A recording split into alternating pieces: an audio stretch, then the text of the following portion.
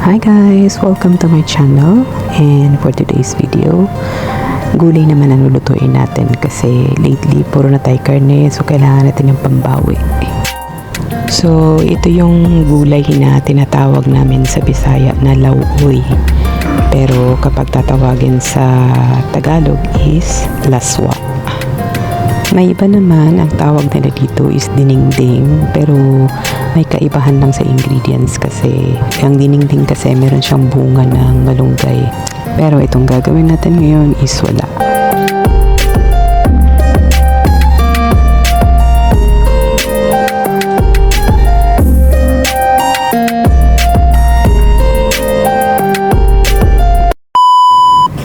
So, i-ready natin yung isda na pansahog natin.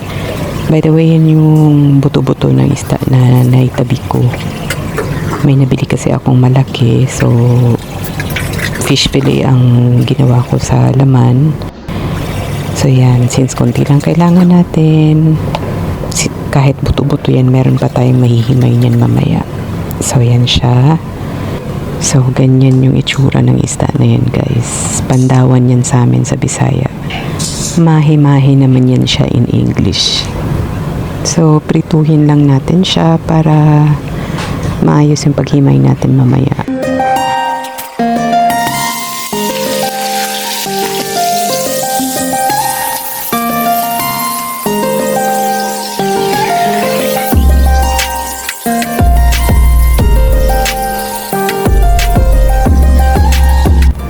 So habang napiprito tayo, tutuloy natin yung pagbabalat ng mga sangkap nating gulay para save naman tayo sa oras. So yan yung kalabasa nila dito, guys. Dilaw na dilaw siya tingnan, pero hindi siya kasing sarap ng kalabasa natin sa Pinas. Masarap kasi yung sa atin kasi malagkit, yung dito hindi. Yan naman yung patulan nila dito. Meron akong pani-experience niyan, guys, kasi nasanay ko sa atin makinis yung patula. Kung naghahanap ako, hindi ako na-convince na patula yan. So yung kasama ko na lang nagsabi sa akin na ganyan yung itsura ng patula nila dito. Okay, luto na yung ating piniprito. Ayan na siya, luto na. Ready na yan for himay mamaya.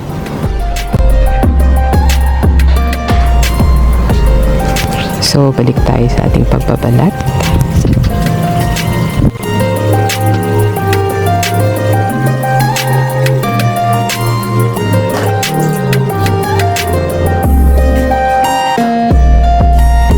So, kanina, guys, nabalatan ko na pati ang gabi at kamote. So, hilugasan ko na siya kasama ang patola. So, slice natin una yung patola. Okay, next naman yung ating gabi.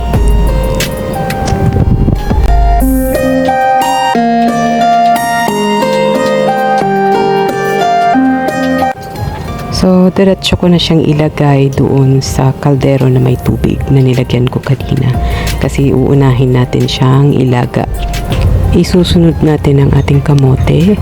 So, by the way, guys, kadalasan sa laswa na niluluto namin sa probinsya is walang kamote.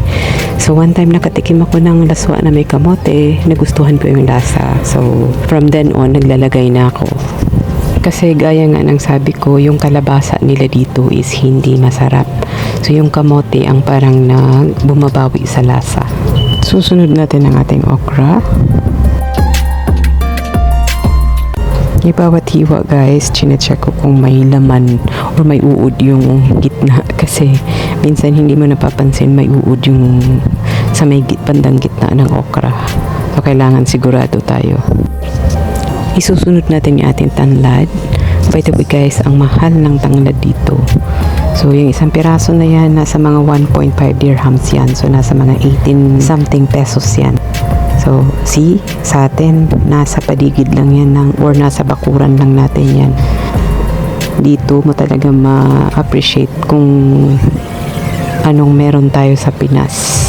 So, next nating himayin ang ating spinach. So, kung napapansin nyo, hindi na fresh yung ating nabiling spinach kasi yan na lang yung natira sa display stand.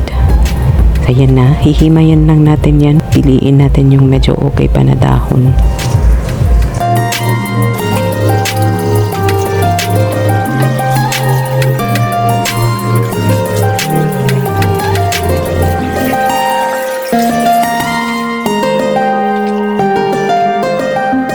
So, next natin himayin yung ating malunggay. So guys, kung napapansin nyo, pati yung ating malunggay hindi na presko. Pero since kailangan natin, pinagtsatsagaan na lang natin yan. Pero alam nyo presyo niyan guys, ayan siya ang presyo. Mahal pati, gaya ng tanglad. So, ulitin ko, dito talaga ma-appreciate ang mga bagay na tinitake for granted natin sa Pinas, gaya ng gulay na yan. So, kung nakikita nyo, hindi na siya presko, medyo lanta na siya, medyo may pagka-brown na, pero pinapatulan pa rin natin kasi 1.25 dirhams yan guys. So, kailangan nating simutin.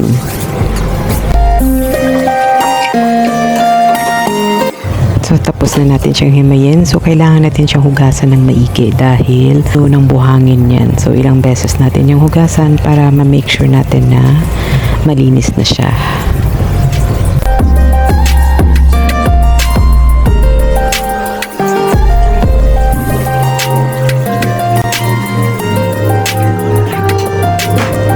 So, tapos na natin i-ready lahat. So, ayan, uumpisahan na natin ang pagpapakulo ng ating gabi.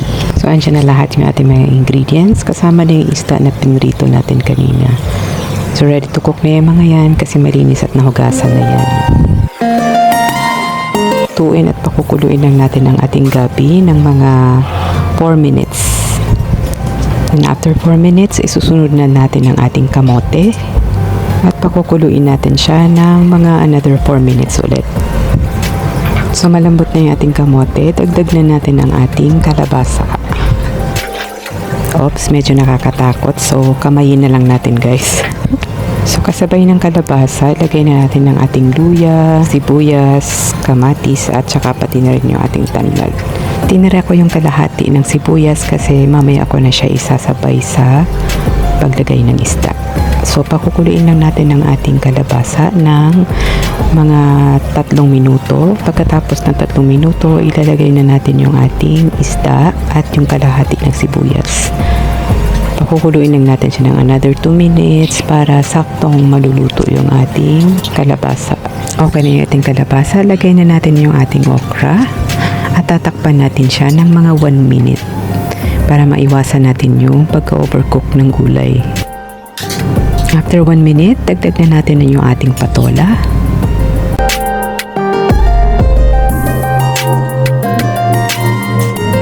At lulutuin lang natin siya ng another 1 minute ulit.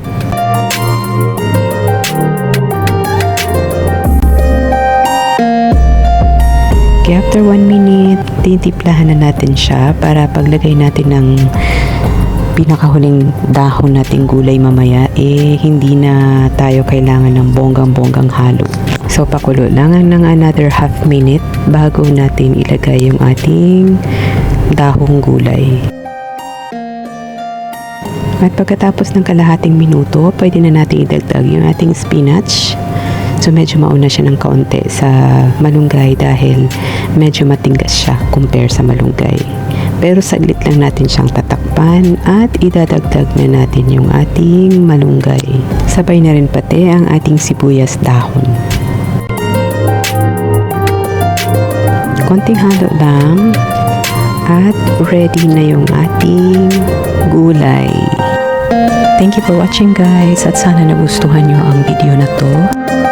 At kung bago ka sa channel na to, don't forget to hit like, subscribe, and notification bell para updated ka sa video na ginagawa ko. Thank you very much!